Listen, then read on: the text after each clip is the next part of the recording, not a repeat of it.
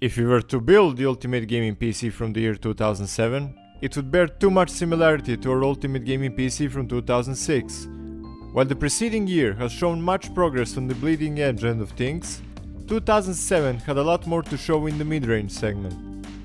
This is one of those years where market leaders established their dominance in many following years, with legendary parts that were going to be talked about and used in years to come. These were the parts most customers were aiming at, and with those, we were able to get the most of the performance of ultimate builds, with a mere fraction of the cost. While the ultimate 2006 build was one we desired, this is the build we actually wanted. So let's go, build and see how our 2007 mid-range gaming PC build performs. As per usual, let's start by introducing some of those exquisite parts. Our motherboard, Gigabyte GA-P35-DS4, is an excellent basis for our machine. Its Intel P35 chipset was a formidable foe for the N4 680i while bringing additional features useful in everyday use. The motherboard supports any EVGA 775 CPU you want to drop in as an upgrade, which could bring further longevity to this system. It uses, at the time, much cheaper DDR2, which would save the buck considerably, while not losing almost any performance. Massive heatsinks might look unnecessary, but you have to take into account that P35 can get pretty hot. Remember E6700? Intel's non-extreme edition performance champion? Remember how it costed north of $500? Now, how about the same, or even better processor for about third of the price? Enter E6750, our dual-core heavyweight. Running at 2.67 GHz, easy to overclock a bit more, has 4 MB of L2 cache, and a release price of around 180 US banknotes. With its 65W TDP, we hope to cool it with an Intel EVGA 775 stock cooler. We'll keep around our H411R just in case. We have 2x2 GB of Geil memory sticks running at 800 MHz CL5. In following years, DDR2 sticks were dirt cheap, so they would be easy to max it to 8 GB. But we will stick to 4 GB for testing, and see how it holds up. These modules were very affordable at the time, and they should be fast enough. While SSDs were not widely available and not even remotely affordable, we will be using some to test this build. Here we sacrifice a bit of period authenticity for system stability's sake. It's important to state that the impact of SSDs on performance is either minimal or none. If not for the star of our little show, this mid-range system would not stand out at all. Enter nVidia GeForce 8800 GT, 512MB of GDDR video RAM, 256-bit bus width. The first graphics card with the indomitable G92 chip. While the 8800 GTX made everything else obsolete for a steep price, this one made everything else obsolete, period. While not beating its GTX predecessor, which remained the Halo product, it either ran as fast or was closely followed in performance. For a 2 or 3 times lower price, it was no-brainer that you should get this one instead.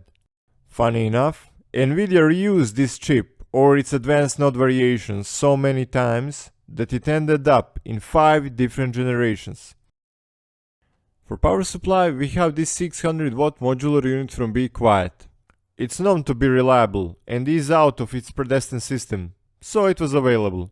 It is much safer to use newer, reliable PSUs than to gamble with the old ones.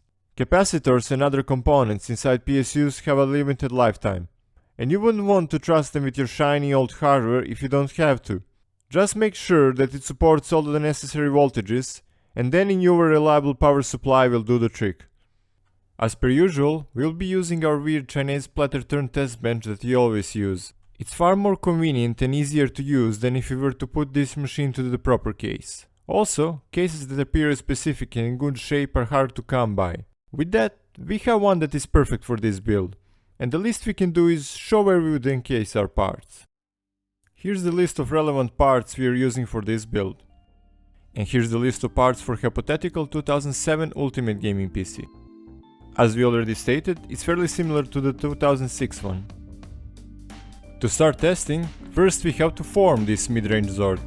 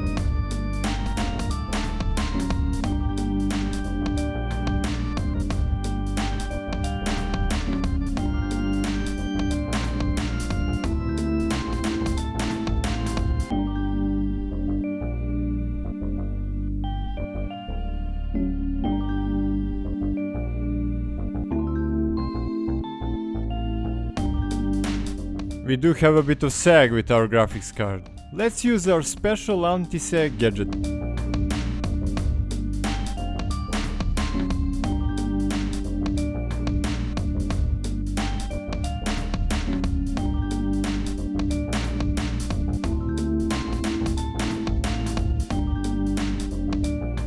Since we are using modular PSU, let's stress real quick that you have to use its cables and not the cables from other power supplies. Even cables from the same manufacturer don't ensure that you are safe. There is no standard in this field, and there are many different ways those cables are produced. And if you mix them up, you can destroy your PC parts. Tread lightly. Integrated sound card on our motherboard seems to be broken. We'll use this USB dongle one, as we need it to run one of the games. We have one weird extra Molex 4-pin connector on this board. It's used to provide power to the CPU if you lack a 12-volt CPU connector on your PSU. Since we have it and have already connected it, we can just ignore this Molex.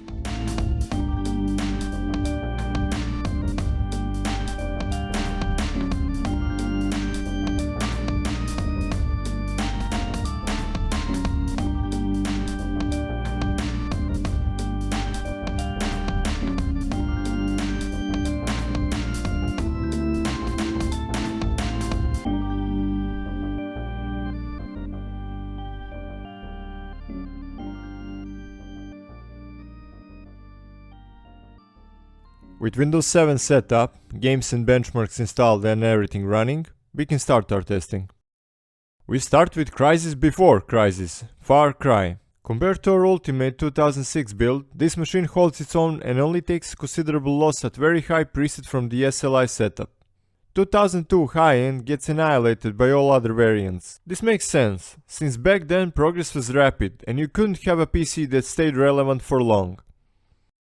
In Fear, 2007 midrange trails in averages about 30% towards SLI setup. Only at the maximum preset does it fall behind 70%. Also, 1% lows are considerably higher on 88 GTX powered setups. 2002 high-end can only sort of keep up at minimum preset, with a steep downfall in performance on higher ones. Here we say goodbye to 2002 high-end because it cannot play this next game. The Elder Scrolls 4 Oblivion. Here 2007 midrange has similar performance to a single 88 GTX setup, the only noticeable difference being 1% lows. We still have those inexplicable lower results for our SLI setup, probably due to some driver and SLI bungle. We're still in highly playable territory for all three variants. But all of these games came before these GPUs themselves. What follows is Crysis at the time of Crysis? Crysis! While lurking around the results of a single 88 GTX, the SLI setup delivered a straight loss at 30% difference. The story is a bit different to very high preset this time around, as we managed to run it with the 2007 setup, although with abysmal performance. All three setups made the game playable at low and medium. So we can run Crysis on these, but not on very high preset and 1080p resolution. Next is 2011 cyberpunky shooter Hard Reset. Here we use the built-in benchmark. Both 88 GTX setups kept going strong at all presets at similar performance, SLI having no impact whatsoever. Our 2007 midrange kept a playable average performance, but stuttered a lot, which is easily observable if you take a look at 1% lows. Considering system requirements, these results should be better, but it's possible that our CPU or RAM is holding the machine up in some way. We haven't tested, but perhaps some simulated gameplay is smoother than the benchmark demo. Maik knows much, tells some, but does he know how this build performs in Skyrim? He doesn't, but he can always lie.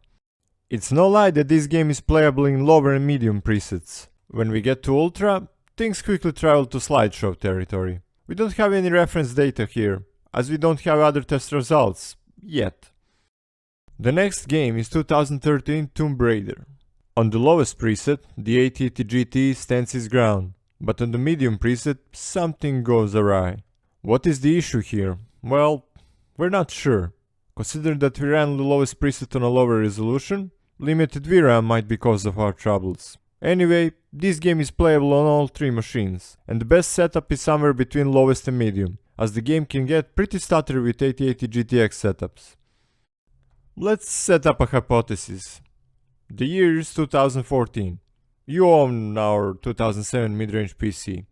New consoles have been released, and with them, new suite of features is starting to be used within the upcoming games. Your 8800 GT is getting rapidly eclipsed by newer hardware. 7 years is a lot to be asked from a mid-range build, but this one seems to manage to pull it out. Barely, but it does. However, if we did a GPU upgrade at this point, this might keep this machine relevant for a few more years. Let's see. Our upgrade comes in form of GTX 750, a fairly cheap and extremely resilient card itself. This one is a single cooler designed from Asus with 1GB of VRAM, doubling what we had with 8800 GT. This is the exact card we used as an upgrade in our 2006 Ultimate build, so we have relevant references in those results. Our first result for our upgraded build is a wee bit of a flop. Other than the very high preset, our results are even worse than what we had with 8800 GT. The theory we have is that this is due to running GTX 750 drivers being more taxed into CPU performance than those of the old card. QX6700 being quad-core has a lot more room to handle such overheads. With the right settings, the game is still playable without much stutter. Now that we have reference data for Skyrim, we can observe similar problems as with Crysis. While the average frame rate is the same or better, 1% low stanked. This way, game is barely playable. Tomb Raider shows the first signs of improvement since the upgrade of our machine. The highest preset doesn't show us much better results, but feels smoother due to the consistent frame times. The results we are getting are similar to those of the upgraded 2006 build, so we're hitting our limits elsewhere. The next game is not even playable without the upgrade, but not much so even after one. In Witcher 3, while we did get respectable averages, this was a stutterfest. The Ultimate 2006 PC didn't fare much better. We've added the 2012 mid-range PC results as a reference. The funny thing is that for the money you would pay for 2006 Ultimate build, you could buy the 2007 mid-range. Then, 5 years later, you could buy another mid-range.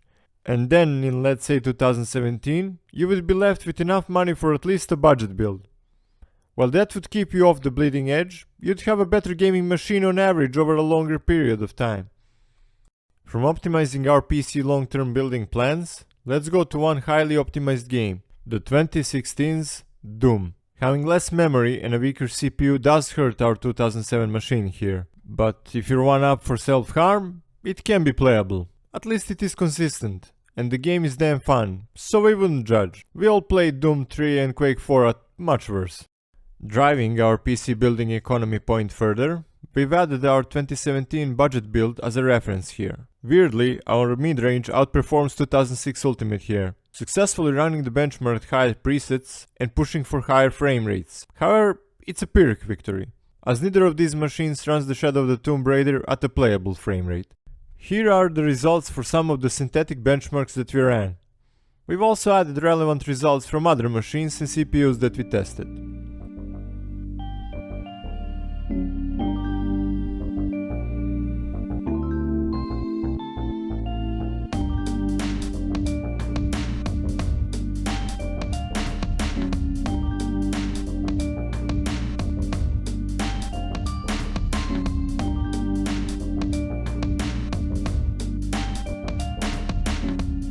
Another CPU that was released in 2007 but was a bit pricey for this build is Core 2 Quad Q6600.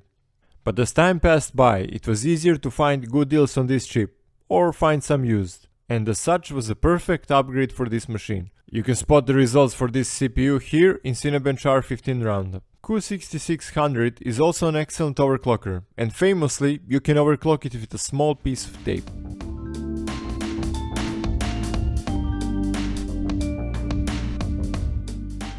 While running benchmarks, we experienced glitches and general instability with our 8800 GT. We tried repasting it to amend the problem, and luckily it helped.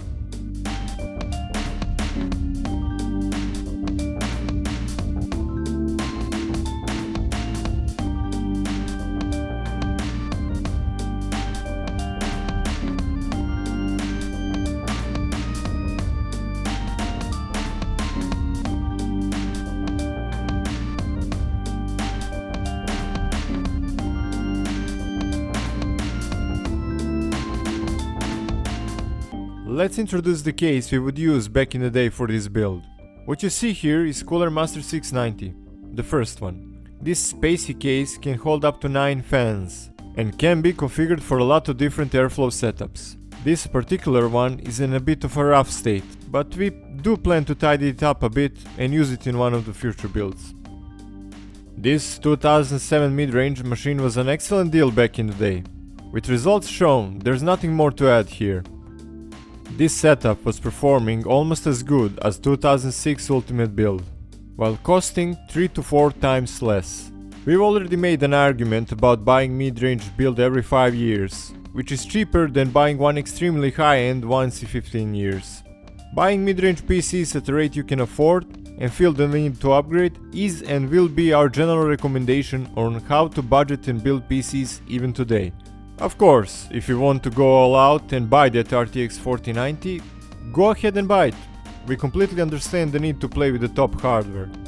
In the end, we will buy it from you in 15 years. Experiment, make videos, and generally have fun with it. And we hope you will have fun as well. We're glad to see that some of you did enjoy our previous videos, and we thank you for all the feedback. Keep it coming. See you around.